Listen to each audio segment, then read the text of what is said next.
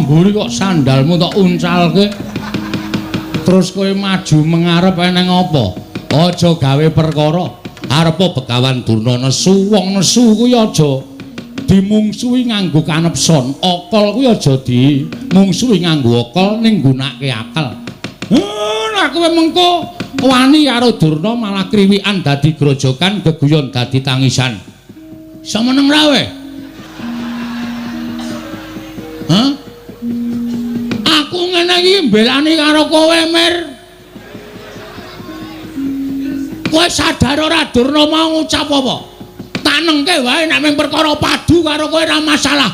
Toh kuwi perkaramu karo perkarane Begawan Durna. Ning terakhir kata-katane Begawan Durna sing marahi aku ora kuat ngampet hardaning kanepson.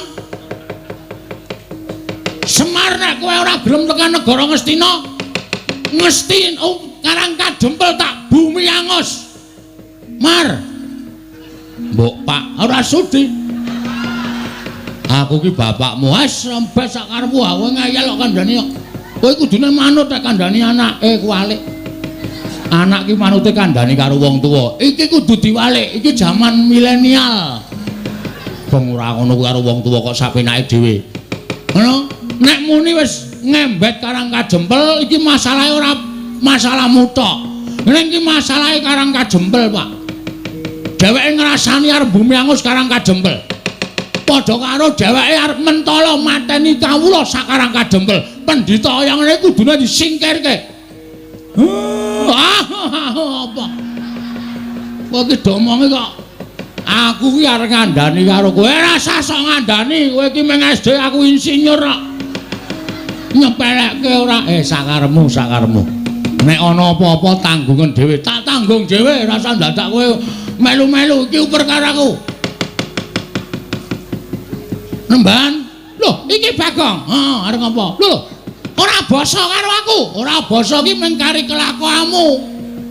Nek kelakuanmu apik, kowe tak basani. Nek kelakuanmu elek, ora sudi aku mbasani kowe.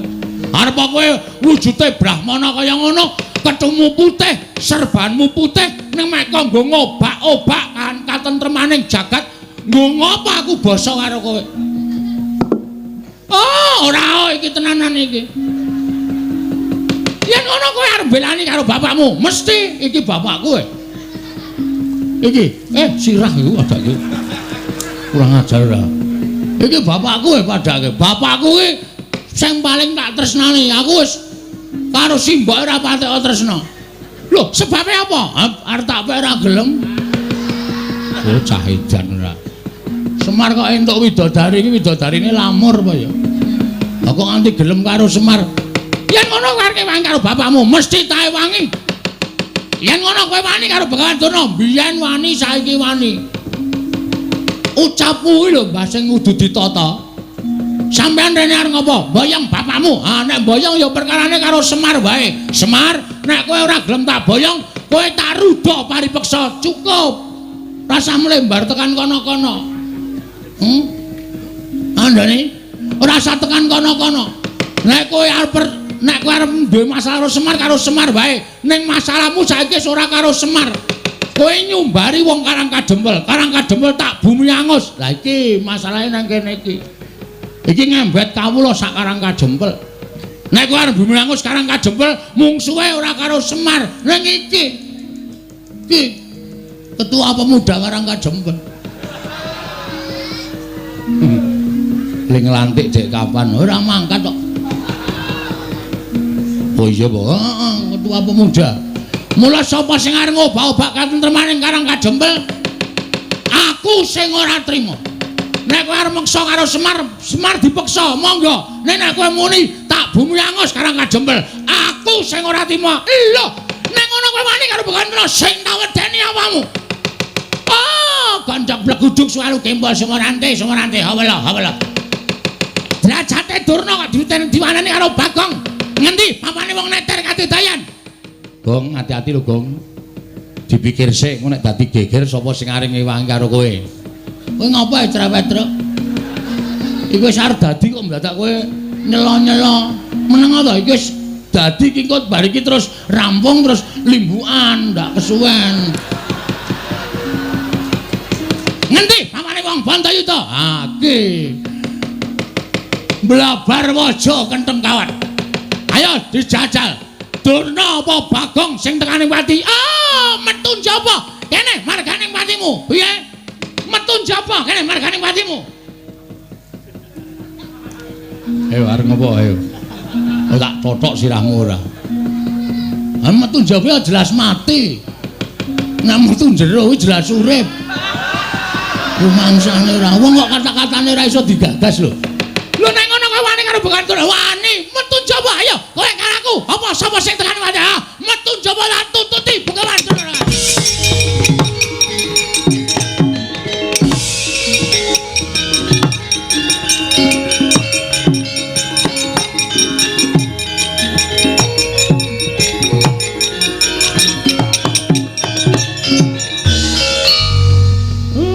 Tantang-tantangan Durna wis metu kok kowe malah mbegogok. Ora Bagong lah kok kowe iki nantang Begawan Durna. Durnane wis metu kok kowe isih nang kene. Aku lho mung nantang tok e. Lho, lah sing temandang sapa? Ya mbuh. Caitan to kae ngene. Kae masalah to sing arep temandang sapa? Truk. Kowe iki ora luwih gagas kok aku to. Heeh. Ngapa kowe iki ora gelem temandang? Lah aku ora nantang kok. Sing nantangke aku. Sing temandang kowe. Wah, Bagong. Nun. Apa wis tok pikir kowe wani karo Durna bapakku? Wis, anumpun. Kowe ngerti Durna iki sapa? Pendhita saka 5. Dudu kuwi. Durna karo aku iki pernah apa? Murid karo guru. Aku nganggep Durna bapakku kuwi kaya apa? Kaya bapak dhewe. Ana apa kowe wani karo Durna padha karo wani karo Werkudara? Sing kebangetan iki sampean. Sampeyan kok gelem dadi anake Durna? Wis tak takon, rupane Durna kaya ngono kok anak-anak kaya sampean baguse ra jamak-jamak. Wong sementen iki mboten percaya. Durna sing menehi banyu suci Perwitasari. Salah. Salah. Sampeyan niku jane mbiyen dijlomprongke karo Begawan Durna kon jegur segara. Jane sampeyan niku mung dikrenah patine ning merga sampeyan niku percaya karo Durna nganti entuk banyu suci Perwitasari. Durna ora dadi jalaran sampeyan entuk banyu suci Perwitasari. Oh. Kok ngono kok Durna bapakku? Bapak saka ngendi? Kowe tak anggap bapakku. Salah sampeyan niku kleru. Sing maringi banyu suci Perwitasari niku Sang Ruci Bathara, ya Sang Dewa Ruci, dudu kok Durna. Ning Durna duduke ning tengah segara. Niku jane niate ora nduduke banyu suci, mateni sampean men sampean ngrekoso teng tengah segara sing aja-aja patih sengkuni. Kok kowe ngerti? Aku domongi dalange kok. Ngeyel ora. Kula ngerti le rembugan teng jero kotak. Sampeyan ra krungu, sampeyan teng dhuwur dhewe kok. Kula teng ngisor jejer do teng glenik nika. Bagong iki nek omong waton jeblak cangkeme. Cangkemmu kuwi. Lho.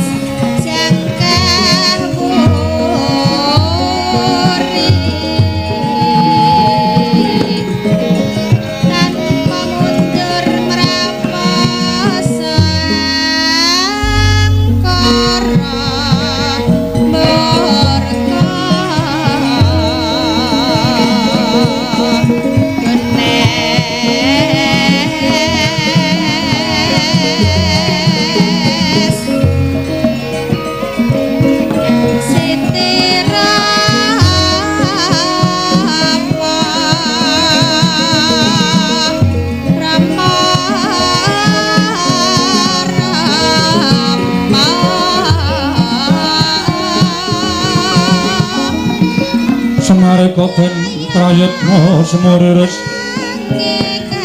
eko balik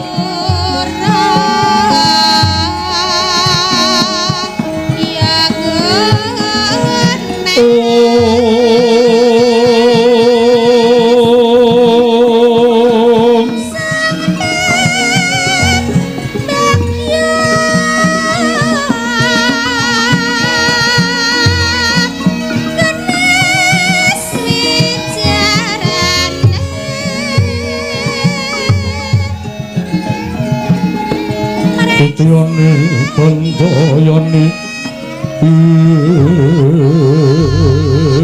mitra ngemas yang mas janur gunung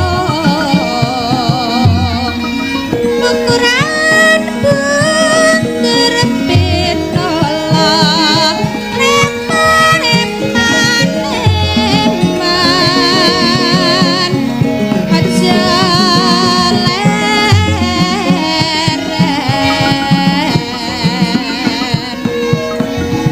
Tusulnya purnama sasi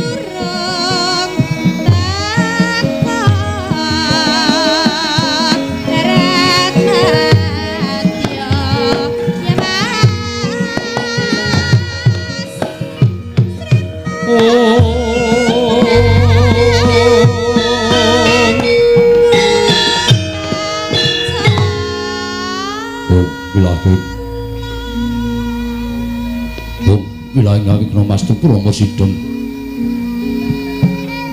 ngawi kena mas tu silat meriwang jagat karana sirang tondo ngawi sisaning disana sono sinawung langemula pesti mas listantun lambaing budo jinantur tutur katilo tula kulat merlap ting baradya minursita ngupama pramniskara karo nubyutung yang jaman purwa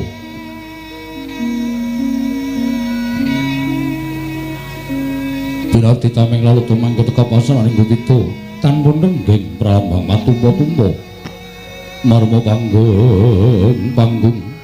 panggung gong sang murwengkata sebebyar dumadining wayang purwa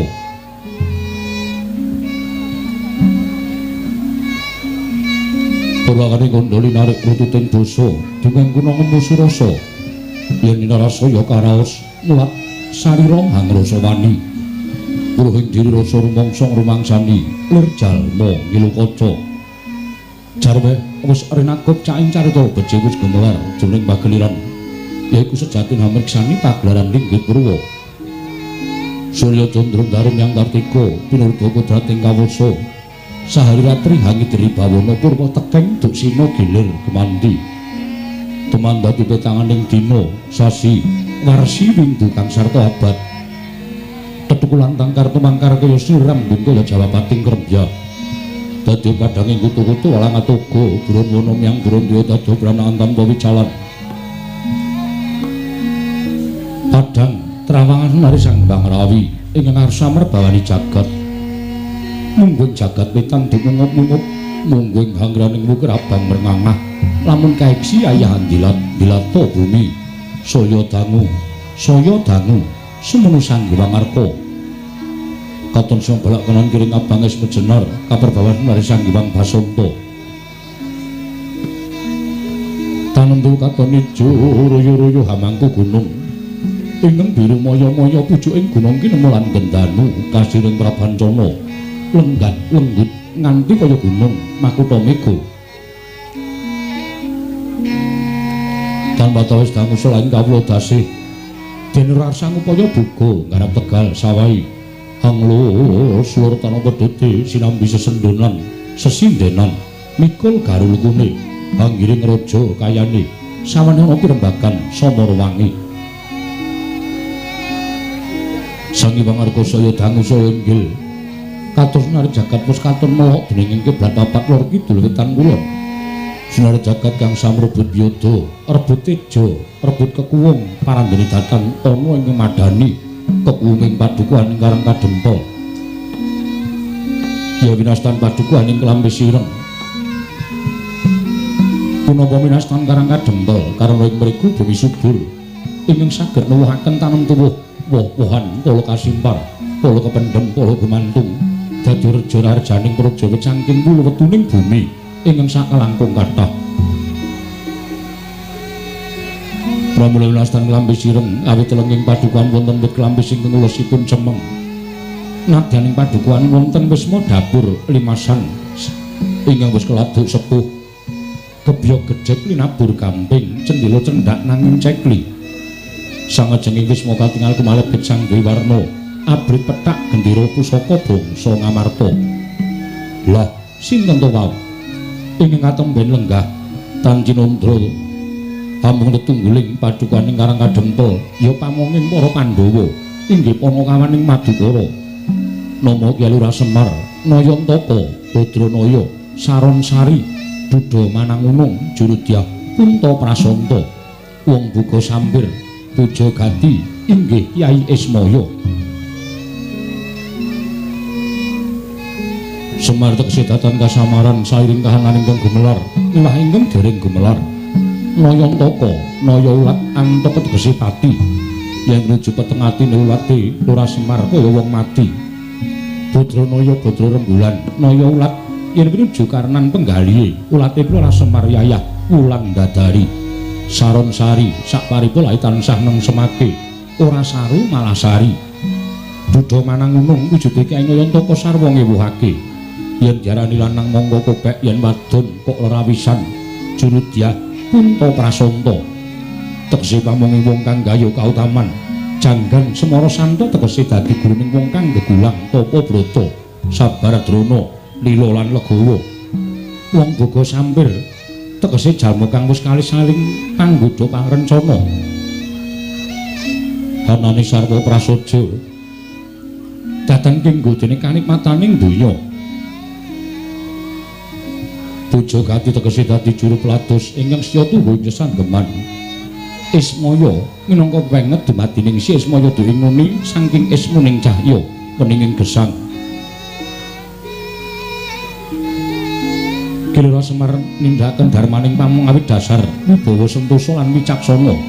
Wibawa lire sabarang tumindak ada dasar jujur lan mikolahake saharirat ingkang dinajab amung mulyaning bangsa luhuring praja. Santosa lirik tansah teguhing penggalih datan mangro tingal ada dasar kandeling kapitayan mring panguwasaning Gusti Ngagarya jagat wicaksana lirik ana ing paningal limpating kawruh ngegungake pangaksama ada dasar adil lan bebener prasaja lirik sami tias-tias sing mematuh sak paripolaya mung sak madya witing klopo amung sak glugune datan kinarya karya noranate anggunggung diri tansah mulat glagating swasana kang linaras kelawan keblating cipta sengseming rasa gregeting karsa lan babaring karya. Pramila datan wangka lamun Lurah Semar nadyan drajating aceplik menang sinebut sang pamong agung sindhidhan para kawula saduka Karang Kadempel turta cinaket dening Sri Naranata awit saking pangaribawa sang pamong agung ngantos kenging binasake wreksaka gigiring murup bun-bunane datan kenging pinidak pewayangane persasat dewa pengawak menungso kang umur dewa inggih sinebut pusaka kang bisa kandha jimat kang bisa ngucap sinten ingkang cecaketan kelawan Lurah Semar ingkang lali dadi eling kang luput dadi bener kang cidra temah nalongso minta aksama sarandunging badan Lurah Semar tetela dadi perlambang sesulang bebuden luhur mring para satru ingkang kadherekake pengawake bunder tur lemu tegese wong kang duwe gegayuhan kudu bunder tekate gedhe atine sarta mantep ciptane pasuryan jembar tegese sabarang gegayuhan kudu sinartan jembar polatane padhang atine sengsem rasane pamriya dimen ora galap gangsul tumindake mripat rembes tegese mulat samubarang aja sulap marang gedharing lair nanging mulata marang jati ning lelakon asta tengen nuding asta ki wong gegem sung pepenget mring para satriya supaya nengenake kautaman sumingkir saka dursila pamriya demen kalis ing sengsara uwal saka panandang lair trusing batin. Prasajuga sanut sang Lurah Semar Badranaya lenggah madaning padukuhan Pendhapi padukuhan longok-longok kaya tingguk. Tetengu kaya gumuk Lurah Semar Badranaya. Andher mlabar sangganing para kawula sak padukuhan. Mbamber mlabar yaya samudra datan mutebi. Nalika semanten kejut enggal iki Lurah Nayandaka. Sawetawis nggenya nampi rawuhipun sangya para Pandhawa ingkang sampun sawetawis lenggah madaning Karang Kadempel. Katingal lenggah madaning padukuhan ing Karang Kadempel nata ing amarta Prabu Darma Kusuma. Miwadatan kantun sanggaring para kadang satring nunggul pawenang Yogya Dipati Raden Werkudara. Miwadatan kantun panenging Pandhawa satring maduwur Raden Janaka.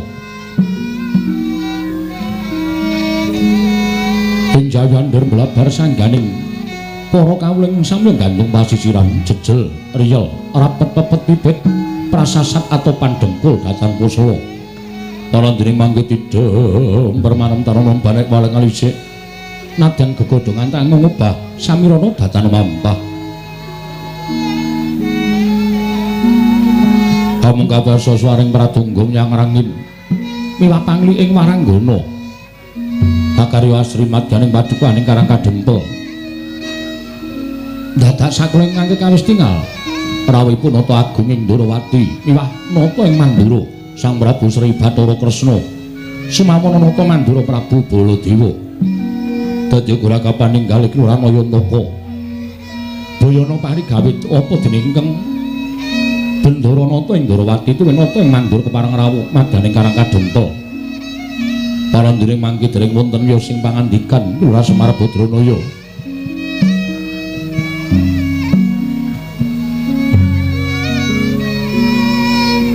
Dadak sakoleng mangke kawis tinggal kabireng swara kenthongan ingkang uluk-uluk ing antariksa. Kanjeng bilih Lurah Semar Badranaya samedhar pangandikan.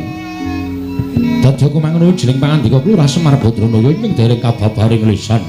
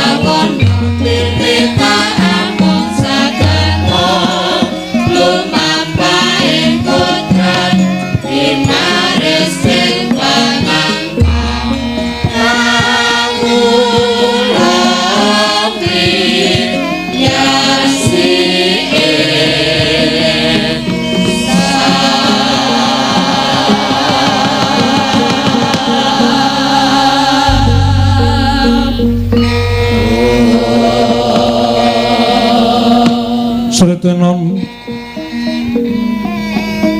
ning pasir wakan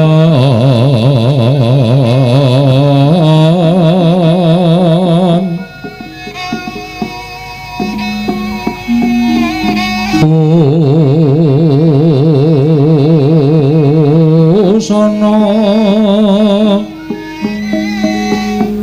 maneka warna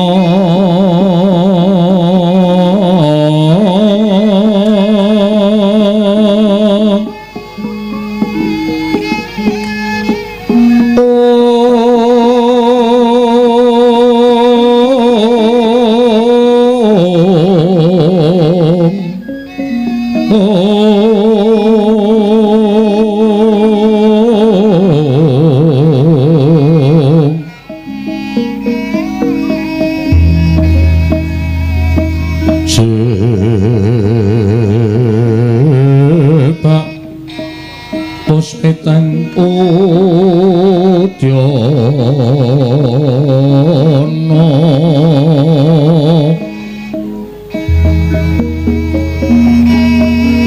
Miang Panjra Sarwa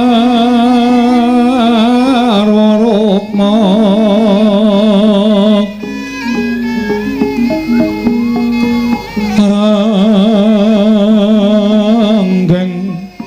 Manik Nara Narawata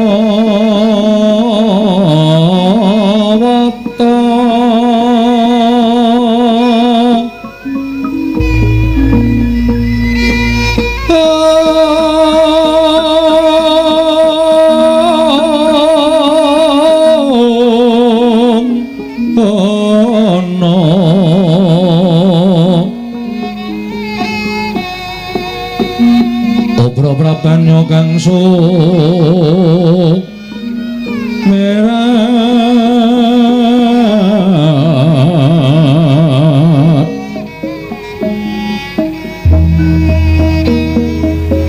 kenyaring tejo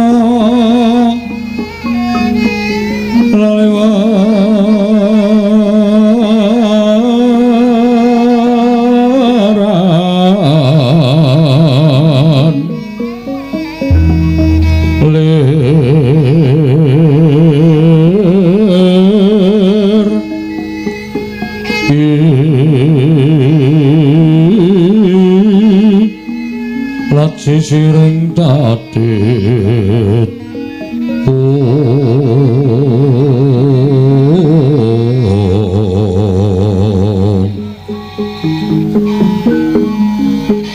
wimbo kekondamre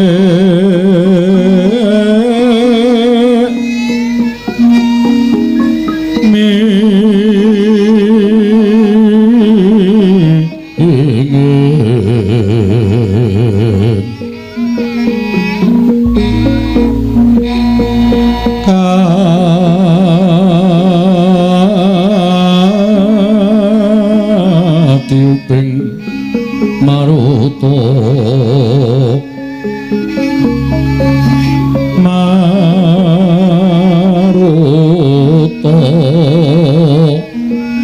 Mandu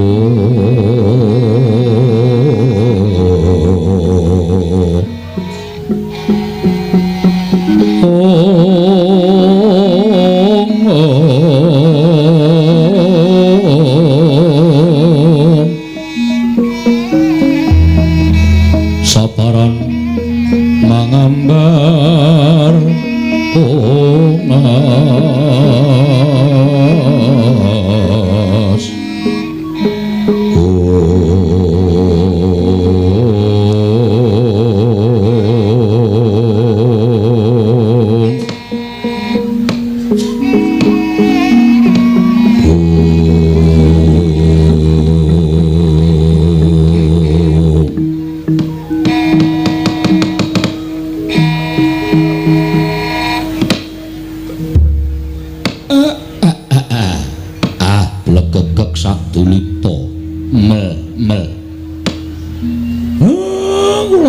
sewu ndara mboten kanthi kanyono-nyono persasat kadidine kejugrukan Wukir Sari kelepaning samudra madu manahipun ing abdipun Semar Badranaya dene amung sak sudung kula kemawon lah kok kerawuhan ndara-ndara kula priyagung ingkang sekawit sampun lenggah wonten ing Karang Kadempel etunganipun ingga dinten sakmangke sampun wonten Sabta Ari kelenggahan menika. Lah kok niki malah rawuhipun Sinuwun Ndarawati kaliyan Sinuwun Prabu Mandura. Kula ngaturaken sembah pangabekti kula kunjuk nggih Den Sinuwun Ndarawati. Ya jagat mangestu para wayah Bathara jagat. Iya, Kakang Semar ndak tampa tiba sepadha-padha. Amung Budyastawaku wae katura marang Kyai Nayantaka. Kula pundi nggo jimat paripe dayanana ing kasantosan. Dipun sekecakaken anggenipun lenggah wonten ing padukuhan Karang Kadempel menika, Ndara. Iya. Kakang Ismaya kaya ora kepenak praptaku ning Karang Kadempel dina samengko iki Kakang Semar. Sinuwun Mandura katuran karaharjan rawuhipun Sinuwun Prabu Baladewa. Yo Kakang Semar tansah pinanganing kawidatan ing sambi kula praptaku adoh saka Rubeda. Aku ngaturake salam taklimku katur kersaning Kakang Nayantaka. Nggih kula tampi. Dadosaken bingah raos sing manahipun ing abdipun Semar dipun sekecakaken anggenipun lenggah Ndara Baladewa. Kakang Semar kaya wis ora kurang kepenak praptaku ana ing padukuhan Karang Kadempel dina samengko iki Kakang Semar Badranaya. Nuwun sewu Koko Prabu. Sarawuh paduka Kanjeng Koko Prabu kepareng kula ngaturaken pasegan panakrami kunjuk sandhapepada paduka Kanjeng Koko Prabu. Jimat semban kula Koko Prabu pengayoman kula ing Ndarawati. Yayi. Kula tampi asung pambagenipun Yayi Prabu Darma Kusuma. Akarya bombong raos sing manahipun ing ngraka ing Ndarawati. Kosok wangsulipun kepareng kula ngaturaken pudyastawanipun ing ngraka kunjuk ngesa paduka Yayi Prabu ing Amarta. Kula pundi cundhaka panglingga murda amawahana kabagyaning gesang kula. Mboten langkung kasekecakno anggen jengan ndika lenggah Koko Prabu Ndarawati. Kawonok-nok nggih. Sampun mboten kirang prayogi pisawanipun ing ngraka ing Dwaraka dinten sakmangke menika wonten ing padukuhan Karang Kadempel Yayi Prabu Darma Kusuma. Koko Prabu Mandura kula ngaturaken karaharjan rawuh paduka Kanjeng Koko Prabu wonten ing Karang Kadempel titik lenggan sakmangke Koko Prabu Baladewa sesemban kula. Jagat wasaning Bathara Wayapura jagat Pathik Indra Jaladewa kuwi Yayi.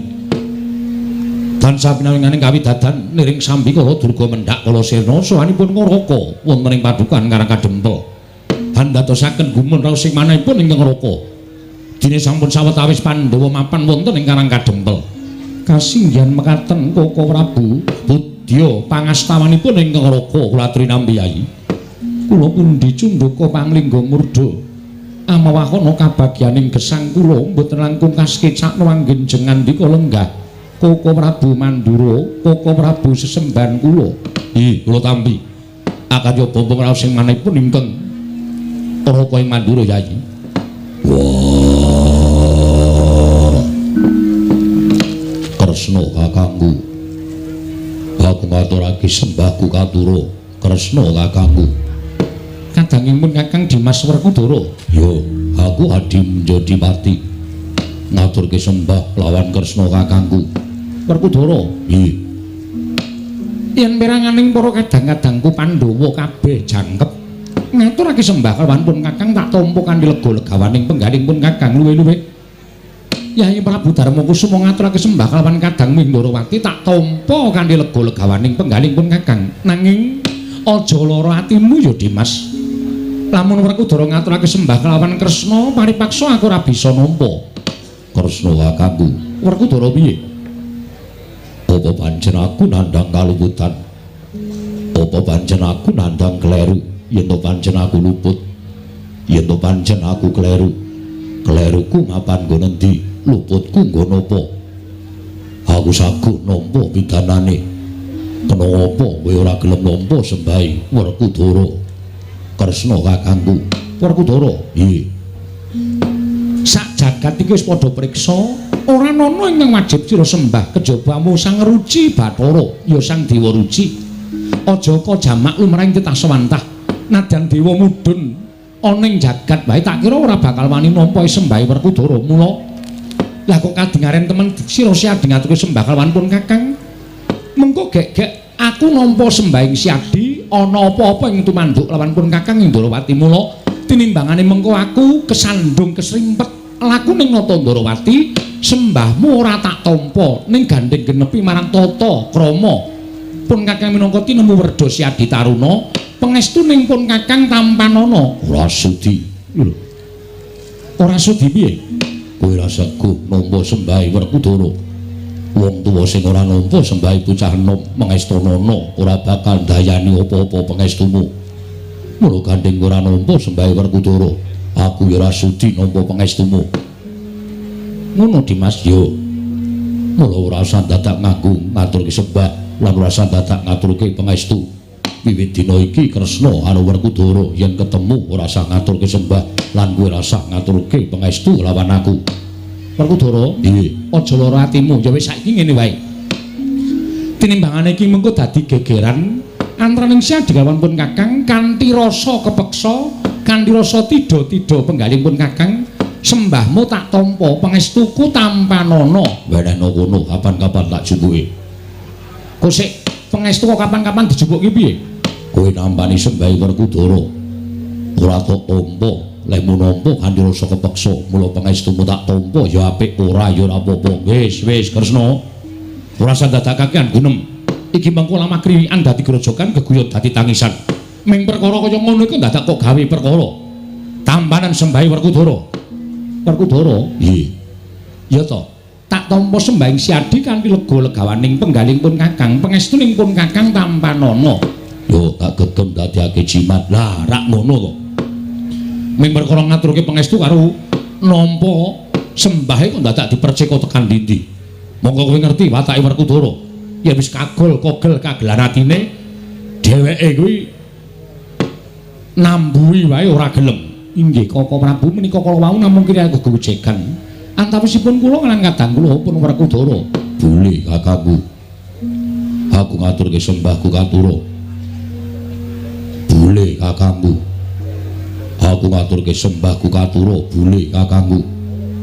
Wah, boleh ora semaur. Kaka Prabu, nggih. Panjenengan ugi mboten paring pangandikan Werkudara sampun ngaturaken sembah pancen tak jarak. Lho. Sababipun menapa? Lho, kowe ngerti dhewe to. Bule iki cirining pun Kakang. Mongko jenenge Nata Mandura Prabu Baladewa, asmaning Nata Mandura Prabu Baladewa kuwi pirang-pirang. Baladewa Kusumawaning Pinta, Wasi Jaladara, Anom Kakrasana, kuwi jenengku kabeh. Mongko bule kuwi cirining pun Kakang, kuwi sirikaning pun Kakang. Mbok yo ngaturke sembah kanggo jeneng Baladewa apa Waning Pinta rak penak to? Kok bula-bule. Werkudara, nggih. Mbok yo aja marahi to, Yayi. Bule kuwi sirikaning Kaka Prabu Mandura. Kowe ngaturke sembah nganggo nyebut Baladewa rak ya iso to. Aja nganggo bule. Bule kuwi sirikaning Kaka Prabu. Kaka Prabu kuwi nek disebut bule kuwi mesti duka. Mula pisan meneh tak jaluk aja nyebut bule ning ngatur asmane Kaka Prabu Baladewa ingkang pirang-pirang cacahe mau ning aja nganggo bule. Njaluk tulung balenara ping 1000 kas. Werkudara meneng kok kowe bula-bule. Baladewa Kakangku piye?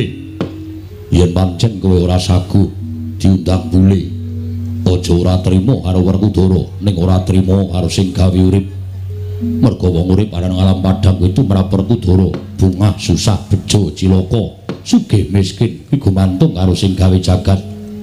Ngeling ngono uripmu kuwi ora pawitan apa-apa, kowe mung sadrema urip diparingi karo sing gawe jagat diwenehi wujud bule, kok sajae kowe ora trima. Yen ngono ora percaya marang panguwasaning dat kamurwengtan. Wis. Malah mejang sing ora-ora. Sesuk meneh aja mbok baleni nggon ngabekti karo aku tak tampa pangestuku tampanana. Yo, tak gegem dadiake jimat. Kaka Prabu, kula ngaturaken sembah pangabekti kula kunjuk. Arjuna tak tampa, Janaka tak tampa. Pangestunipun Kakang tampanana. Yo, pangestuku tampanana Janaka. Kula pun dinggo jimat paripindayana ing kasantosan. Nuwun sewu sinuwun. Dadosaken kaget raos sing manahipun ing abdipun Semar. Rawuh Paduka ingkang boten cecala ingkang saderengipun. Menika wonten menapa ingkang mestinipun panjenengan menika nuwun sewu. Sesembahan kula upami betah kaliyan Semar mestinipun kantun nimbali kemawon kula menika jejering abdi badhe sowan ngabiyantara ngersa Paduka Sinuwun Ndarawati. Mboten kok sampeyan ingkang keraya-raya rawuh wonten ing Karangkadempel. Kakang Semar. Mestine kaget penggali ingsun. Nalika semono Koko Prabu Mandura rawuh ning Projeng Ndarawati tumuli nganti kalawan panjenengan ingsun prapta ning negara Ngamarta. Lah kok tinemu ning Ngamarta suwung. Ora ana baban ingkang menanga ngging semendhe banon kang tinumpuk. Tumuli ana salah sawijining nayaka ing negara Ngamarta ingkang matur kelawan panjenengan ingsun yen ta para Pandhawa mapan ana ing Karangkadempel. Mula daya-daya Nata Ndarawati sowan marang Karangkadempel ingkang wigati nanjehake ana apa Kyai Semar. Dene Nata Ndarawati tanpa jinawil dening kadang-kadangku para Pandhawa malah sawetara wektu ngendikaning Kyai Nayantaka wis entuk sabta ari klungguhan iki Pandhawa mapan ana ing Karangkadempel. Yen pancen diparengake Nata Ndarawati ngawuningani wigati ning kadang-kadangku para Pandhawa, Kakang Semar tak suwun paring dawuh marang Nata Ndarawati, Kyai Nayantaka. Handra ingkang muswita rum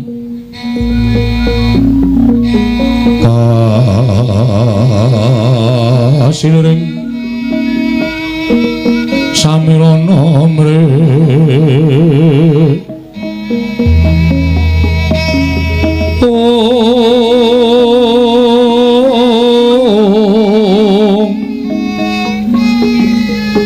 sekar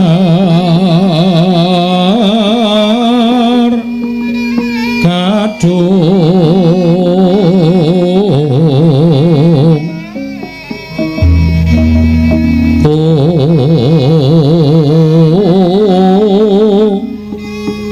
ngas kandanyo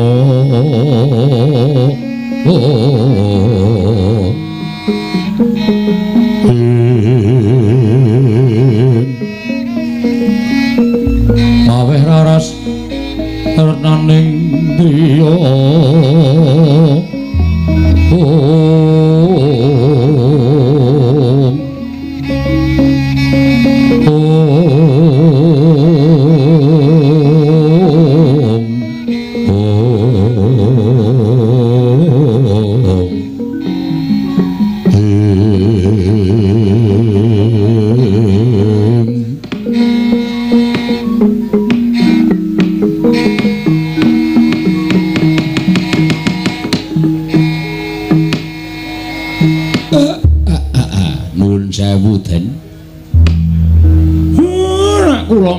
kali sampeyan sampun kinten Semar mangke nglenggahi tetembungan undhaking pawarta sudaning titipan. Mula sampun ngantos klentu anggen kula munjuk atur kajenge Sinuwun Ngamarta piyambak ingkang paring pangandikan kunjuk ngersanipun Sinuwun Ndarawati. Ya, yen mancen mengkono luwih prayoga, Yayi. Wonten menapa? Dene para Pandhawa mapan wonten ing Karangkadempel ngantos ingkang ngraka Ndarawati jinawil dening kadang-kadang kula para Pandhawa kemawon boten. Menawi kepareng kawedharing kathah tumunten kababarna kula nedya nganglungaken jangga nilingaken karna mastuti sabda Tama Paduka Yayi Prabu Ngamarta. Yayi Camyaji. Koko Prabu sesemban kula Koko Prabu pengayoman kula. Sewu-sewu kalapatanipun ingkang rayi tadah wadana. Dene kula mboten munjuk atur ngersa Paduka Kanjeng Koko Prabu tumuli kula nganti kadang-kadang kula prapta wonten ing Karangkadempel. Nuwun sewu Koko Prabu estunipun ngemuti bilih negari Ngendraprasta menika awit kanugraning Hyang Mahanasa ingkang sampun tinampi dening para Pandhawa. Nembe sawetawis wekdal anggen kula minangka dados makuthaning bangsa ing Ngamarta sakmangke sampun katingal undhak ing negari Ngamarta. Tumuli dinten sakmangke estunipun kula kaliyan Kadang Paduka para Pandhawa nggadahi niat ambangun negari Ngamarta.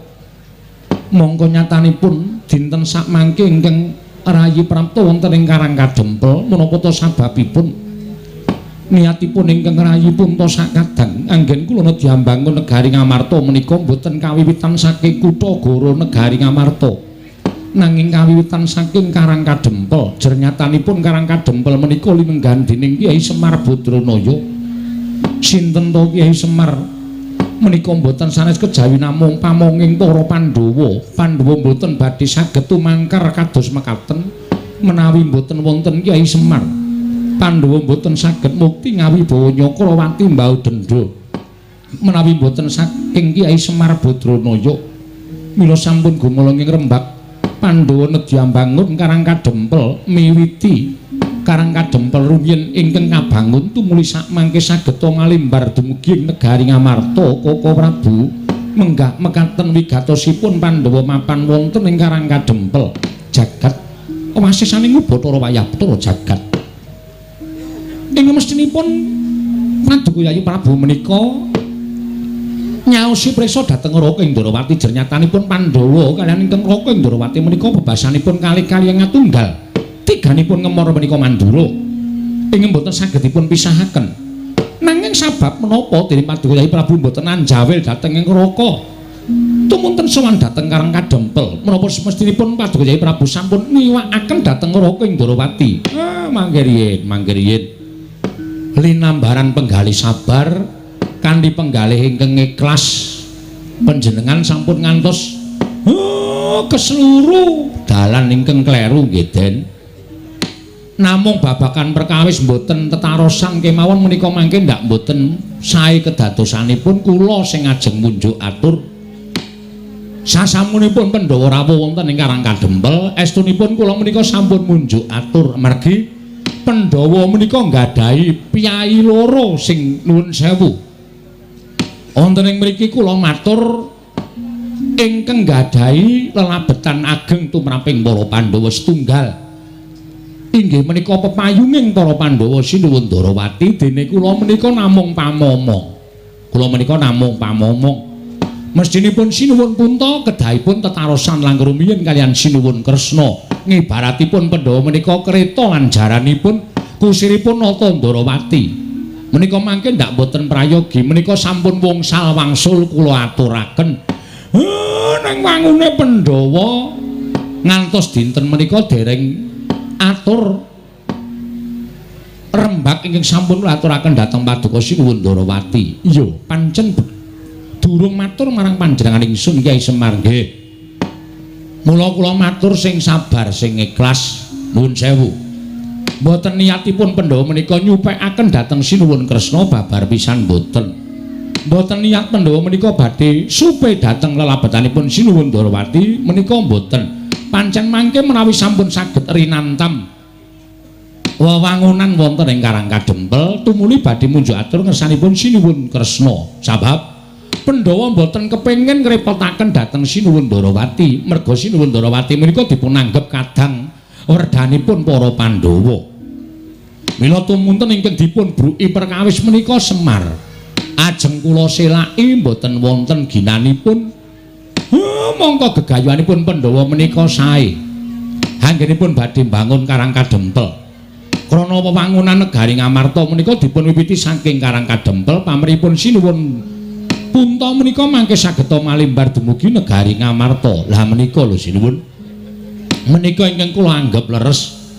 Mergi racak-racakipun ingkang sami kelampah. Wewangunan menika punjeripun wonten ing Kutha Goro. Wekasan ingkang mapan wonten ing Pradesan Karangparden. Wonten ing pagunungan boten saged ngraosaken. Mila tumunten sakmangke kula genahaken dhateng para Pandhawa, merenahaken dhateng para Pandhawa. Wewangunan dipun wiwiti saking Karang Kadempel. Mengkono Kakang Semar nggih. Nggih niku. Dereng kemawon kula menika ngrantam rancangan-rancangan ing ajeng kula aturaken Sinuwun Prabu Puntadewa babak anglayani jujulan usuli. Wau dalu niku kula ngimpi ingkang kababar kawursita madaning pasumpenan. Nalika semanten boten sangkan paran boten wonten asalipun saking pundi dumadakan Karang Kadempel ketekan banjir bandhang. Mongko banjir kala wau ngendhangaken ndara-ndara kula Pandhawa. ngantos bingung kenganglangan manah kula kudu kepripun. Sareng kula nglilir saking tilem kula onceki werdining pasumpenan. Jebul werdine ngimpen ingkang kababar kawursita menika kala wau boten sanes kejawi namung nek Pandhawa nggayuh kanugrahan mongko kanugrahan karo pacoban menika adakane tekane sok bareng. Mung titah menika ingkang nampi pacoban menika saged ngrampungi pacoban menawi menapa boten. Nek iso tegese kanugrahane bakal cemepak, ning yen ora inggih sampun pacobane teka mongko ora kuat nampa pacoban wekasan kanugrahane nggih bakal luncat. Niki sasmita sing kula tampa. Malah sak mangke kepasang yogya katujuhe ngenu Ndara Kresna Ndara Baladewa rawuh wonten ing mriki. Tuwuh kekuatan lahir batin kula. Upami mangke wonten pacoban ingkang tumanduk dhateng kadang utawi pepundhen kula para Pandhawa, sak mangke mboten Semar piyambak ingkang kudu ngulir budi ngasah pikir tuwin ngasah kadewasan ngrampungi pacoban ning sesarengan tembayatan kalih Sinuwun Kresna supaya aja nganti napa sing dijangka dening para Pandhawa menika mangke nampi pacobaning Hyang Mahanasa.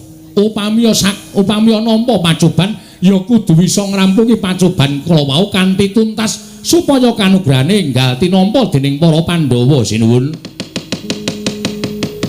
Sigra-sigra yen permana kanca sigra raken awang sesangka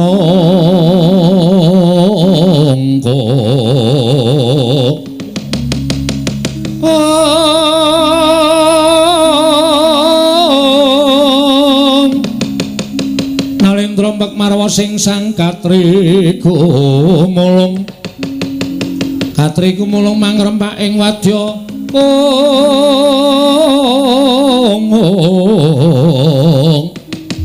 Kurda kura reka kiri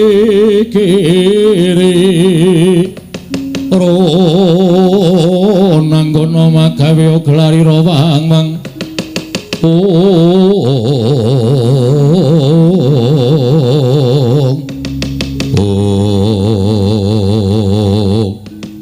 Sidhem madyaning padukan Karang Kadempel. Nalika semanten sami midhangetaken pangganipun Kyai Nayantaka. Nadyan sedaya kawula ing Karang Kadempel samya tumungkul ing kisma datan wonten ingkang mantun anyabawa. Kaperbawan wingit wimbaning Kyai Ismaya ya Kilurah Semar Badranaya. Dadak sakoling mangke kawiti ngagedher madyaning sak jawining padukuhan. Kathah para kawuling sami alok yen to padukuhan ketamuan priyagung. Boten sanes kejawi namung Begawan Durna ingkang wantun minggah wonten ing pendhapi padukuhan Karang Kadempel. Hakarya jingak kang samya mulat minggah ing Sang Begawan Durna kaya geger kanggo samya kawula ing samya gantung sibo mangun bae para kawula kanca piyak-piyana dayo minggir dalu-dalan.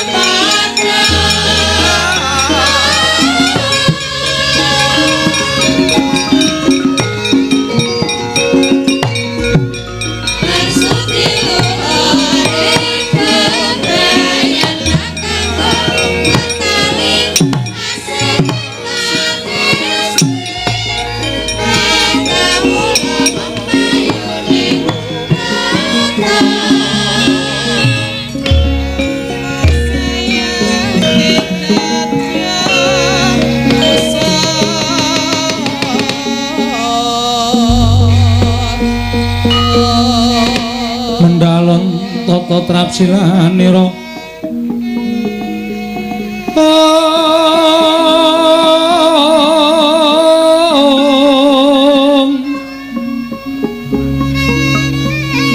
ngacomaken astanira kalih astanira kalih pisan yen ngandika magawe obranta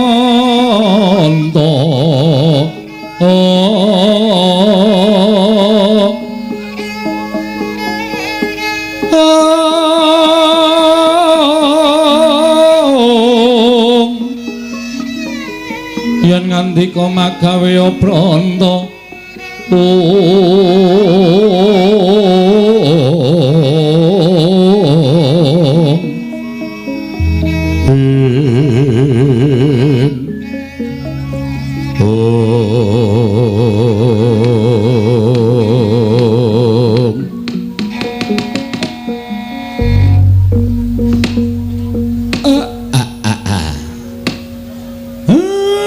iki kok malah saya akeh priyagung sing rawuh ning Karang Kadempel. Mboten mangling Penemban Durna. Sami wilujeng Penemban. Kandhak blegujuk suaru gembel Semorante hawela. Oh iya Semar. Slamet tekaku ora ana mulang swiji apa Semar. Kula ngaturaken sembah pangabekti kula kunjuk Penemban. Oh tak tampa kowe ngaturke sembah karo Begawan Durna ora let pangestuning Begawan Durna Tampanana ya Semar. Kula pundi nggo jimat paripe dayanana ing kasantosan. Bapa Penemban kula ngaturaken sembah pangabekti kula kunjuk Bapa Penemban. Lho, menika anak Prabu Darma Kusuma. Inggih Bapa Penemban. Kok malah lenggah wonten ing Karang Kadempel, Nger? Sampun sawetawis anggen kula sowan wonten ing Karang Kadempel tuwi dhateng Kyai Semar Badranaya. Oh, syukur. Tegesipun para Pandhawa menika mboten nyupekaken dhateng lelabatanipun Semar Badranaya. Mboten nyupekaken dhateng lelabatanipun Kakang Semar inggih menika pun pamonging para Pandhawa. Syukur menika wajib dipun tiru. Menika wajib dipun contoh. Kula ngaturaken sembah Bapa Penemban. Oh nggih kula tampi. Dawah sami-sami, Nger. Anak Prabu Darma Kusuma. Nuwun sewu Penemban. Kula ngaturaken karaharjan rawuhipun Bapa Durna. Lho, anak Prabu Darawati inggih lenggah wonten mriki. Inggih Bapa Penemban. Oh inggih syukur, Nger. Pinayunganing kawidatane ring sambi kula sowanipun ing Bapa. Kula ngaturaken salam taklim kula kantur ngersanipun anak Prabu Darawati. Kula pundi nggo jimat paripe dayanana ing kasantosan. Sinten ing kepareng nderekaken Penemban. Oh, kula ijen kemawon kok, Nger, piyambak kemawon. Dipun sekecaken lenggahipun. Oh inggih sampun boten kirang prayogi. Bapa Durna katuran karaharjan. Lho, menika manah anak Prabu Baladewa ugi lenggah wonten ing mriki. Nderekaken Nyai Prabu Darawati, Bapa Penemban. Oh, syukur, Nger, syukur. Katuran karaharjan rawuhipun. Wilujeng nering sambikala. Sowan kula wonten ing Karang Kadempel. Salam laklim kula katur nggih, Nger, anak Prabu Mandura. Sampun kula tampi Bapa Penemban Durna. Dipun sekecaken lenggahipun. Oh inggih sampun boten kirang prayogi. Wah. Durna bapakku aku ngaturake sembahku katur. Anak lanang aning-aning dita bocah mursid. Isa mikul dhuwur mendem jero karo wong tuwa Werkudara tak tampa ya nang. Pangestune Bapak Tampanana ya Nger cah bagus. Yo tak gegem dadiake jimat. Prayogakno nggonmu lenggah.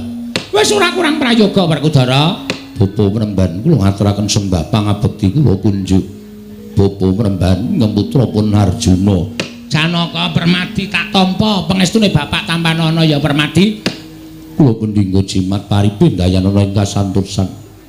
Dipun sekecaken anggenipun lenggah. Oh iya Permadi kaya wis ora kurang kepenak.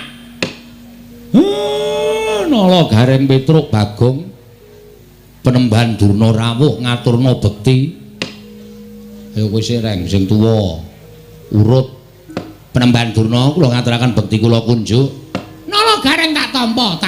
Pangestune Begawan Durna Tampanana ya Nala Gareng. Nggih, kula pundi nggo jimat dayanana ing kasantosan. Wah, lah kok saya kuru kowe.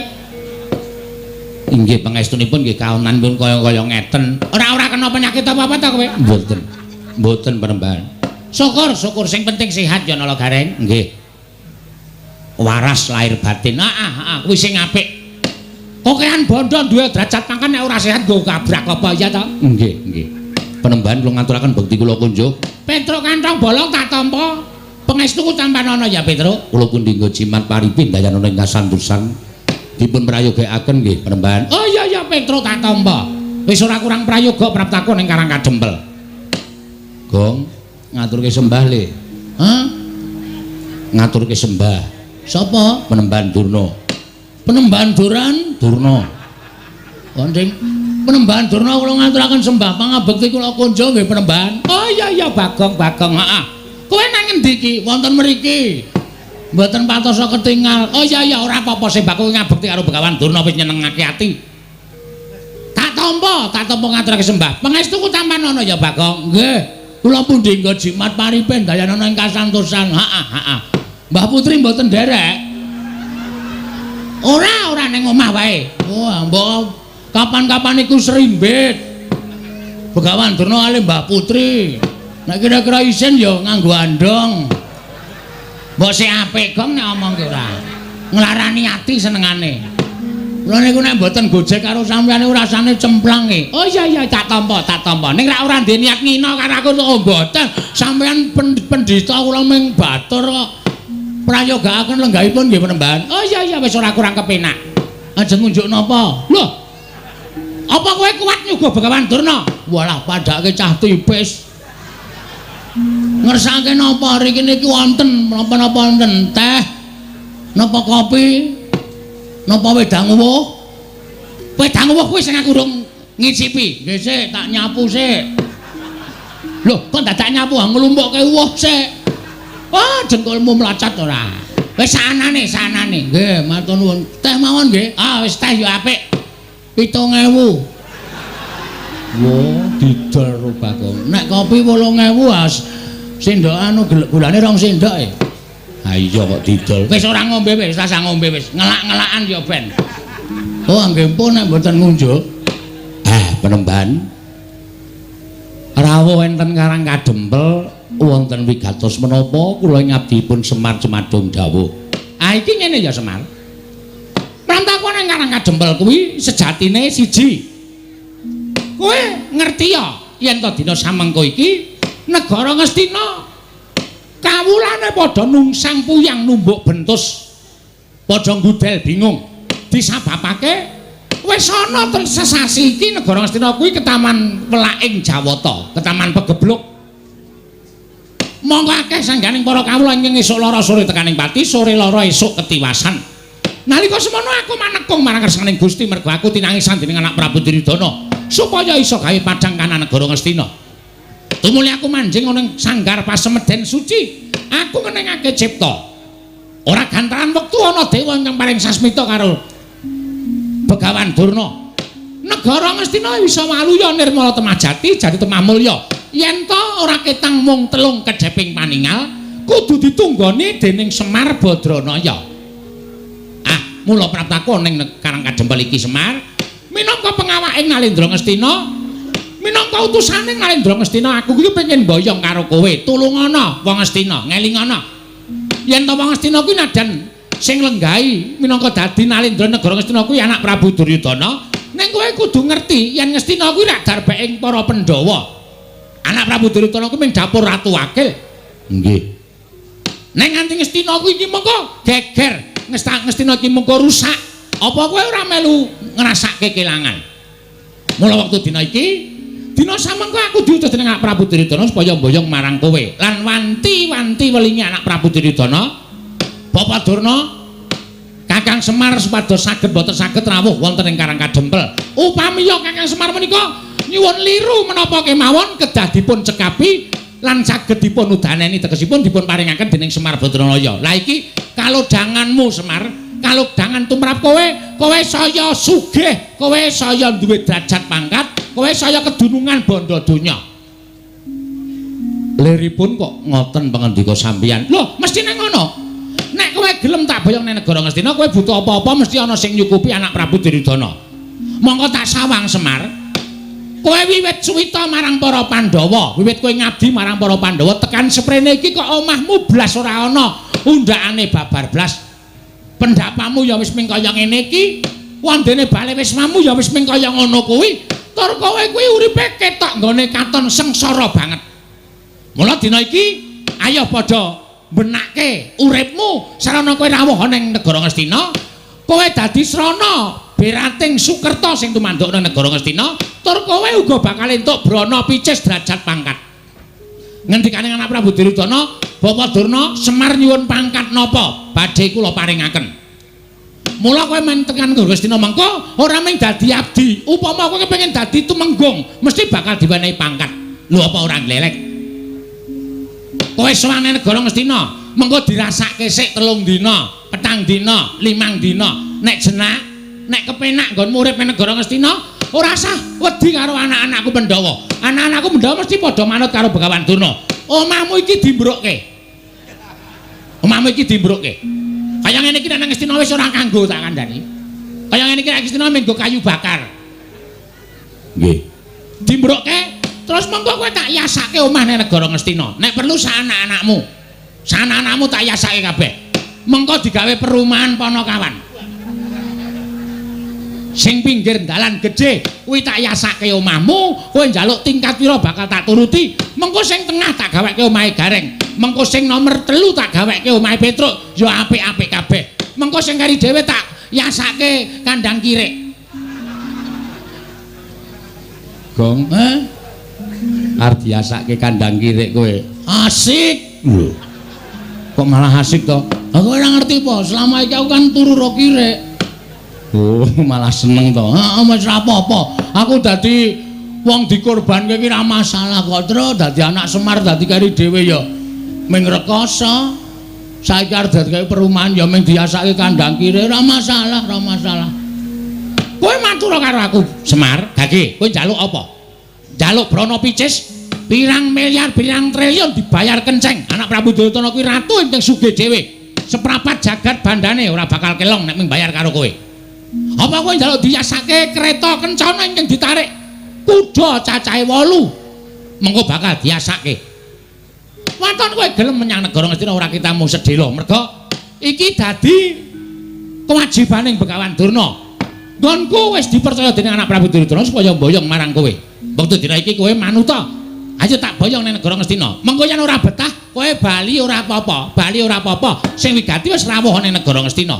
Ning dene kowe engko betah, ya mampano ning Ngastina sateruse ora apa-apa. Njaluk pangkat apa bakal dituruti, njaluk branda Prabaya picis apa wae bakal dituruti. Wis, cukup semono wae sing dadi aturku marang kowe Semar. Kowe meneh ana wangsulan karo Begawan Durna. Saguh apa ora? Nek saguh, matur nuwun. Dene ora, perkarane apa, dasarmu apa, aku tak ngerti. Nggih.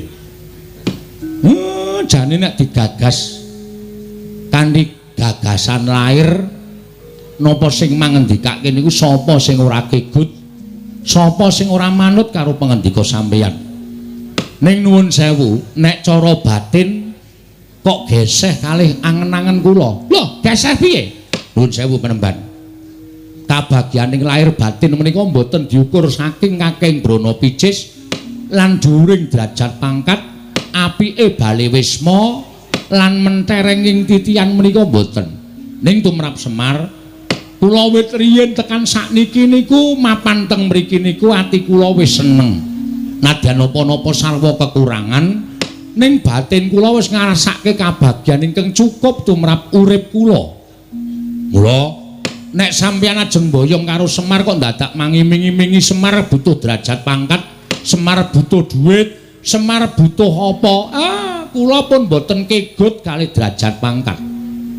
Mula manggawe ukara liyane kuwi sampeyan supaya iso nglembuk atine Semar. Kula ampun mangwenehi duit, ampun mangwenehi derajat pangkat.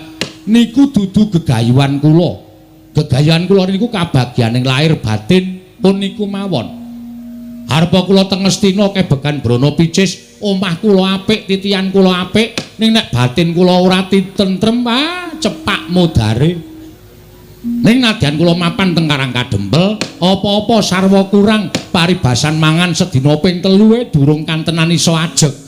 Ning nek ati kula seneng, wong seneng atine niku nyurung dateng kebagas kewarasan awake. Mula kula nyuwun pangapunten nek sampeyan pamer perkara Brana Picis kula ora iso kegut penemban nyuwun pangapunten. Lah terus kowe njaluk apa? Aku tak takon karo kowe. Kowe njaluk apa? Nek kowe njaluk apa wae sakliyane derajat pangkat Brana Picis matura. Mengko aku sing matur marang anak Prabu Duryudana supaya ngleksanane apa kang dadi panjalukmu ing mengkono kowe iso sowan ning negara Ngastina. Nek kula matur mboten gerah penggalih. Ora. Nek kula ngomong mboten sakit penggalihe. Ora arep lara. Kula gelem sowan teng Karang Kadempel utawa teng negari Ngastina diboyong sinuwun Duryudana lumantar ndara Penemban Durna saguh. Wong nyatane kula niku urip mboten bedak-bedake. Ngamarta ya Ngastina, Ngastina ya Ngamarta. Sapa sing butuh karo Semar, kula mesti nderek, kula mesti manut. Ning siji waton Ngastina niku resik. Ngastina niku lemah sing becik, papan sing suci. Tegesipun nek Ngastina mriku tesih kathah priyantun sing watake angkara budine Candala. Nuwun sewu, kula wedi nek kelepetan tumindak sing elek. Kula semelang nek sifat kula dadi sifat angkara budi Candala. Mula kula gelem teka teng pundi papan niku nek pancen papane niku wis resik saka menungsa sing tumindake angkara. Kula tak sowan teng Ngastina ning wong-wong sing dadi tuk sumbering perkara niku mangsingkirke dhisik sengking negara Ngastina. Kula gelem sowan teng negara Ngastina Penemban. Durna panalingan lumajaring ratri denenggak jangganira kapisanan.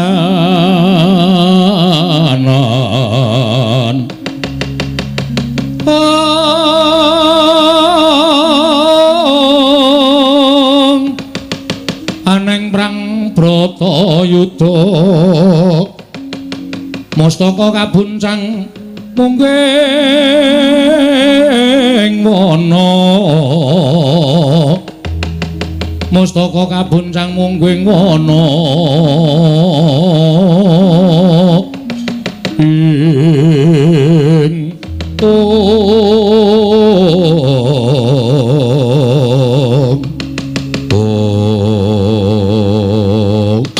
gandhok blegutu suaru gembol semorante hawela ketoke omonganmu ki seklimah, ketoke omonganmu ki mung sithik ning janjane nyocok ning ati Semar. Kowe ngandhake yen to kowe gelem sowan negara Ngastina, yen to Ngastina kuwi kelangan wong-wong sing watak angkara budi Candala. Ora sandadak nganggo tembung kaya ngono. Dumuken wae Begawan Durna lan kabeh Sentana Ngastina kuwi sing tok anggep wong watak angkara budi Candala. Oh, Semar Badranaya. Apa rumasamu kowe iki derajate padha karo Begawan Durna? Kowe iki derajate men batur gedibal 17. Kowe iki mung wong kere, kowe iki mung wong elek, kowe iki mung panakawan. Lah kok kowe drangep-drangep ucapmu? Wani ngucap sapenake dhewe. Yen ngono cetha banget, ketok banget nggonmu kepengin nyingkirke wong-wong Ngastina kaya ta Durna, Sengkuni lan sak piturute supaya lunga saka negara Ngastina. Yen Durna, Sengkuni lan kabeh Sentana Ngastina wis padha resik lunga saka negara Ngastina, kowe lagi gelem prapta nang negara Ngastina. Wah, lah kok kaya ngono kahananmu Semar. Yen pancen kaya mengono tegese kowe ngiyas karo Begawan Durna, kowe ngilani karo Begawan Durna. Yen nganti aku ora kelakon boyong marang kowe, apa kelakon aku sowan nang istane anak Prabu Duryudana bakal dilukanan dening anak Prabu Ngastina. Semar, saiki kene ora sakekan gunung tanpa guna. Wase kowe gelem apa ora? Kula gelem ning syarate niku mau. Syarate niku wau nek sampeyan iso ngudaneni kula tak sowan teng negara Ngastina, mboten sah ngangge napa-napa. Ora usah dipethuk, ora usah didabyang, ora usah ditandu. Kula tak mlaku saking Karang Kadempel tekan negara Ngastina. Ning nggih niku wau, Ngastina kudu resik saka wong-wong sing angkara murka, wong-wong sing tumindake Candala budine angkara. Niku mawon panjaluk kula. Oh, nek ngono cetha cekak gampange kowe ora gelem sowan negara Ngastina. Yen to Durna lan kabeh Sentana Ngastina isih mapan negara Ngastina. Manut sampeyan lingarani. Apa kelakon kowe tak ruda paribeksa? Penemban, sampeyan iku pendhita lho, aja sok ngruda paribeksa karo sak sesamane urip. Mengke ndak ora prayoga. Ora sandharake ngono tanpa guna. Ora gelem sowan negara Ngastina. Ora mung kowe sing tak katutke dosane. Ning Karang Kadempel tak bumi angus legane atiku.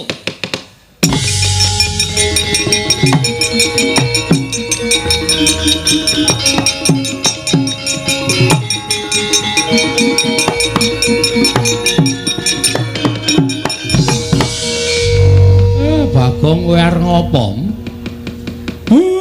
Saka mburi kok sandalmu tok uncalke. Terus kowe maju mengarep eneng apa?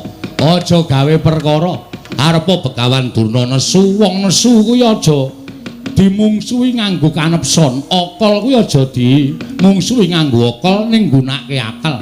Nek kowe mengko wani karo Durna malah kriwikan dadi grojokan, geguyon dadi tangisan. Semeneng ra we? Hah? Aku ngene iki mbelani karo kowe, Mir. Kowe sadar ora Durna mau ngucap apa? Tanengke wae nek mung perkara padu karo kowe ora masalah. Toh kuwi perkaramu karo perkarane Begawan Durna. Ning terakhir kata-katane Begawan Durna sing marahi aku ora kuat ngampet hardaning kanepson. Semar nek kowe ora gelem tekan negara Ngastina, Ngestin Karang Kadempel tak bumi angus. Mar. Mbok Pak, ora sudi. Aku ki bapakmu, wis rembes sak karepmu, kowe ngayal kok kandhani kok. Kowe kudune manut nek kandhani anake kuwalik. Anak ki manute kandhani karo wong tuwa. Iki kudu diwalik, iki jaman milenial. Bong ora ngono karo wong tuwa kok sapenake dhewe. Ngono, nek muni wis ngembet Karang Kadempel iki masalahe ora masalahmu tok. Ning iki masalahe Karang Kadempel, Pak. Dheweke ngrasani arep bumi angus Karang Kadempel. Padha karo dheweke arep mentala mateni kawula sak Karang Kadempel. Pendhita yang ngene kudune disingkirke. Apa? Kowe iki domonge kok aku ki arep ngandani karo kowe. Ora usah sok ngandani, kowe iki meng SD aku insinyur kok. Nyepelekke ora sakaremu. Nek ana apa-apa tanggungan dhewe, tak tanggung dhewe, ora usah dadak kowe melu-melu iki perkaraku. Nemban. Lho, iki Bagong. Arep ngopo? Lho, ora basa karo aku. Ora basa iki mung kari kelakuanmu.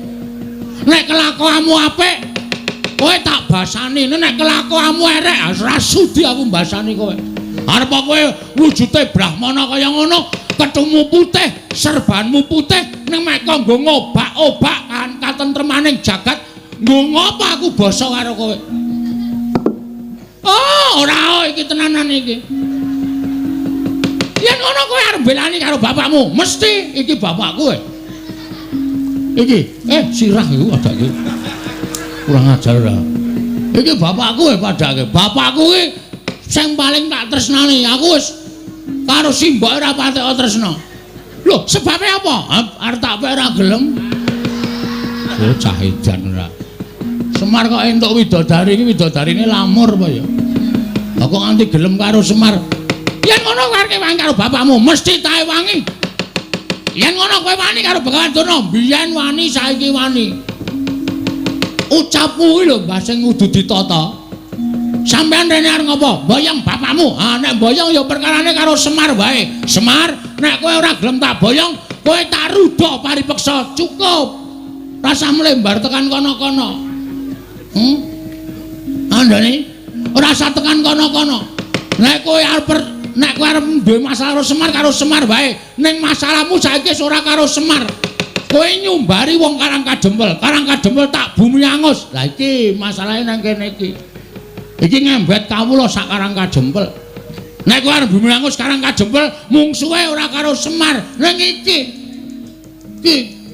ketua pemuda Karang Kadempel. Ling lantik dek kapan ora mangkat kok. Oh iya, Pak. Ketua pemuda. Mula sapa sing arep ngobak-obak katentremaning Karang Kadempel? Aku sing ora trima. Nek kowe arep meksa karo Semar, Semar dipeksa, monggo. Nek kowe muni tak bumi angus Karang Kadempel, aku sing ora trima. Lho, nek ngono kowe wani karo Begawan sing tak wedeni awakmu. Gondok bleguduk suwalu kembol Sumorante. Hawala. Derajate Durna kok diwanani karo Bagong. Ngendi papane wong neter katidayan? Gong, hati-hati lho, Gong. Dipikir sik, engko nek dadi geger sapa sing arep ngewangi karo kowe. Kowe ngapa cerewet, Truk? Iku wis arep dadi kok mendadak kowe nyelo-nyelo. Meneng ta iki wis dadi kingkot bar iki terus rampung terus limbukan ndak kesuwen. Ngendi pamane wong Bantayuda? Aki. Blabar waja kentheng kawan. Ayo dijajal. Durna apa Bagong sing tekaning pati? Ah, metu njaba. Kene marganing patimu. Piye? Metu njaba kene marganing patimu. Ayo arep ngopo ayo. Oh, tak totok sirahmu ora. Ah metu njaba jelas mati. Nek metu jero jelas urip. Rumangsane ora wong kok kata-katane ora iso digagas lho. Lho nek ngono kowe wani karo Bekantur. Wani, metu njaba ayo. Kowe karo aku. Apa sapa sing tekan wae? Metu njaba lan tuntuti Bekantur.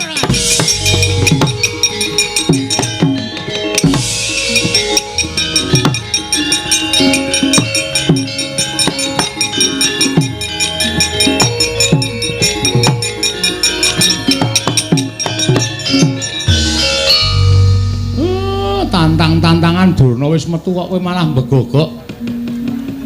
Ora Bagong lah kok kowe iki nantang Begawan Durna. Durnane wis metu kok kowe isih nang kene. Aku lho mung nantang tok e. Lah sing temandang sapa? Ya mbok. Caitan to kae ngene. Masalah to sing arep temandang sapa? Truk. Kowe iki ora luwih gagas saka aku to? Heeh. Ngapa kowe iki ora gelem temandang? Lah aku ora nantang kok. Sing nantangke aku. Sing temandang kowe. Wah, Bagong. Nun. Apa wis tok pikir kowe wani karo Durna bapakku? Wis, anumpun. Kowe ngerti Durna iki sapa? Pendhita saka 5. Dudu kuwi. Durna karo aku iki pernah apa? Murid karo guru. Aku nganggep Durna bapakku kuwi kaya apa? Kaya bapak dhewe. Ana apa kowe wani karo Durna padha karo wani karo Werkudara? Sing kebangeteni sampean. Sampeyan kok gelem dadi anake Durna? Wis tak takon, rupane Durna kaya ngono kok anak-anak kaya sampean baguse ra jamak-jamak. Wong sementen iki mboten percaya. Durna sing menehi banyu suci Perwitasari. Salah. Salah. Sampeyan niku jane mbiyen dijlomprongke karo Begawan Durna kon jegur segara. Jane sampeyan niku mung dikrenah patine ning merga sampeyan niku percaya karo Durna nganti entuk banyu suci Perwitasari. Durna ora dadi jalaran sampeyan entuk banyu suci Perwitasari. Oh. Kok ngono kok Durna bapakku? Bapak saka ngendi? Kowe tak anggap bapakku. Salah sampeyan niku kleru. Sing maringi banyu suci Perwitasari niku Sang Ruci Bathara, ya Sang Dewa Ruci, dudu kok Durna. Ning Durna duduke ning tengah segara. Niku jane niate ora nduduke banyu suci, mateni sampean, men sampean ngrekoso teng tengah segara sing aja-aja patih sengkuni. Kok kowe ngerti? Aku domongi dalange kok. Ngeyel ora. Kula ngerti le rembugan teng jero kotak. Sampeyan ra krungu, sampeyan teng dhuwur dhewe kok. Kula teng isor jejer do teng glenik nika. Bagong kene omong waton jeblak cangkeme. Cangkemmu kuwi. Lho. Wah, edan iki malah dunake cangkemmu lho. Kok Prabu Bagong niku nek ngenten iki mboten sah disaruwe. Wong piyambake niku watake kaya ngono. Wah, ning titen ana. Titene apa? Nek nganti kowe wani karo Durna bapakku, mung suwe dudu sapa-sapa ning Werkudara. Lho, aku salin bubukan piye? Aku nantange karo Durna kok mung suwe sampeyan. Mergo kae bapakku. Weh lah, domongi ngayal. Nika niku dudu bapak sampeyan. Bapak sampeyan niku Prabu Pandu Pramuka. Pandu Dewayana. Ah, Pandu Dewayana. Pun teng swarga mrika, aja sok ganti-ganti bapak. Apa Dewi Kunti gelem jodoke Durna? Wah, cangkemmu. Mrene kecek ndasmu modar. Gong, wis Gong. Dadi masalah lho. Wong kok arep menange dhewe. Anggere kalah kata-kata kok rene gecek. Apa kuwi? Aku ya kalah nek digecek ya, Tru. Aku mung cilik kono gedhe kok. Coba aku iso gedhe.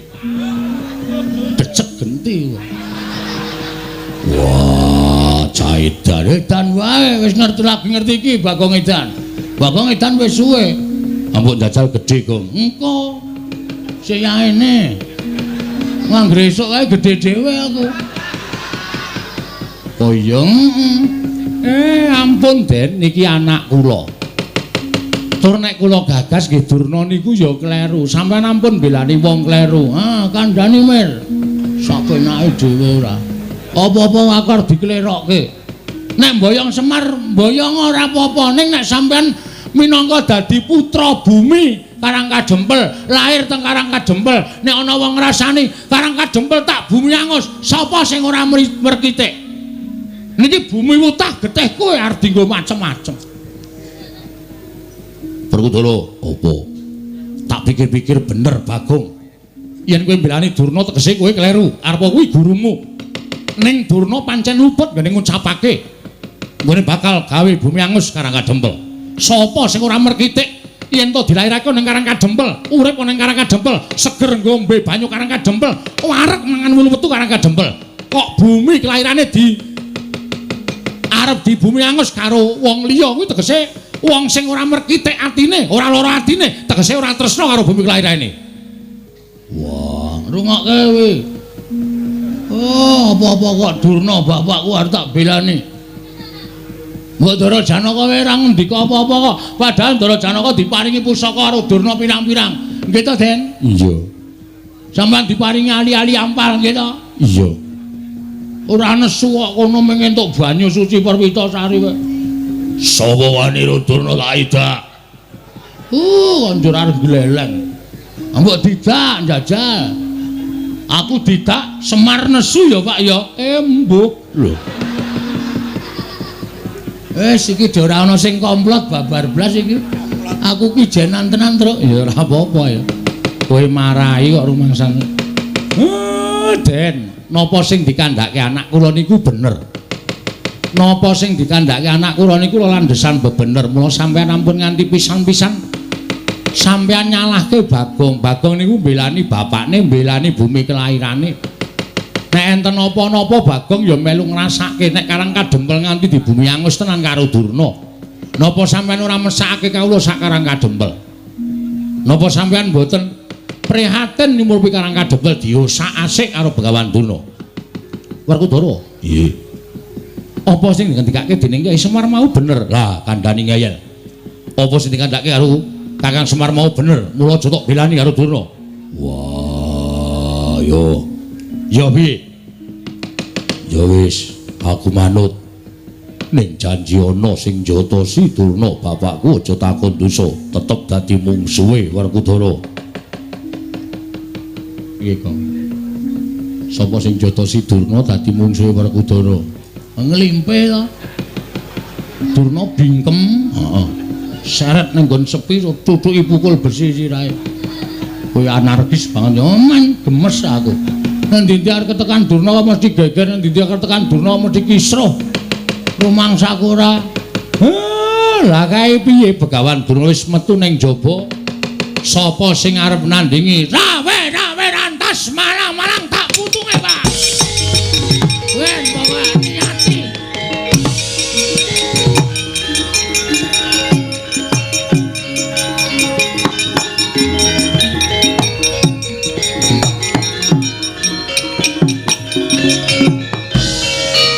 Cah katok tenan.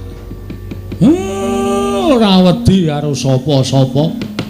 Nek wis duwe niat mbelani karo bumi kelahirane kok ora nyawang mungsuhe sapa kok nekate ra jamak-jamak. Ya mung gumunku kuwi nala garing karo Petruk sing luwih sentosa luwih tuwa kok ora duwe pikiran sing kaya ngono. Nyang ndak seneni. Petruk ki sing gedhe dhuwur ya ora duwe pikiran mbelani Karangkajempel. Kat. Itu Nun, aja njotosi Durna. nek ra lali. Wah, caitan ora. Werkudara iki kok padu kok musuh Panakawan demen kewirangan. Yayaji menawi ngaten samangke menapa sampun dipun aturaken Kyai Nayantaka sampun ndara dasih tegesipun kados pundi Koko Prabu?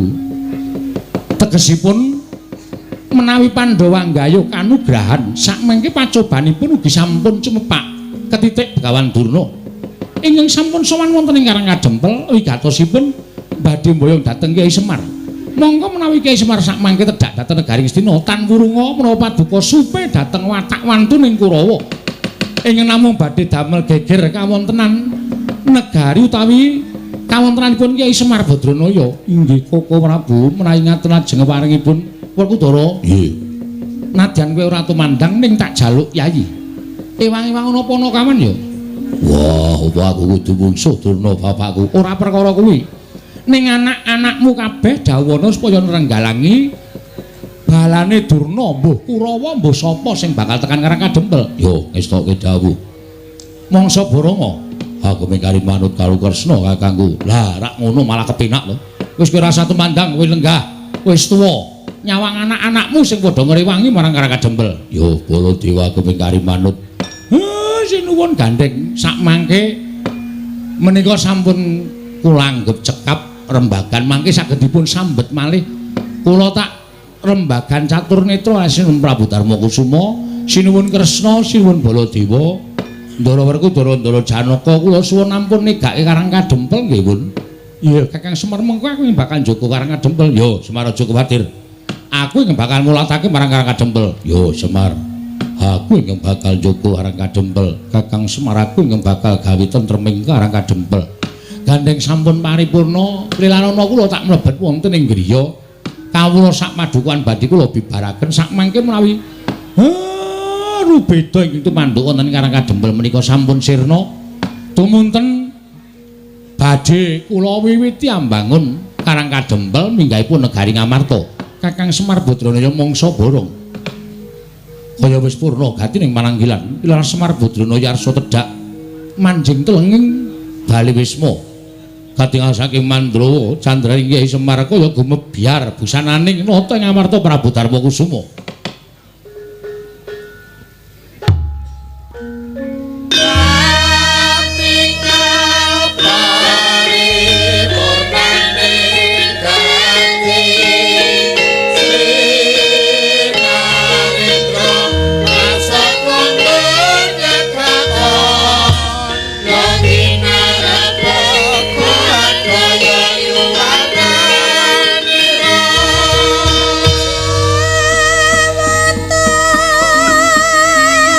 Pindhane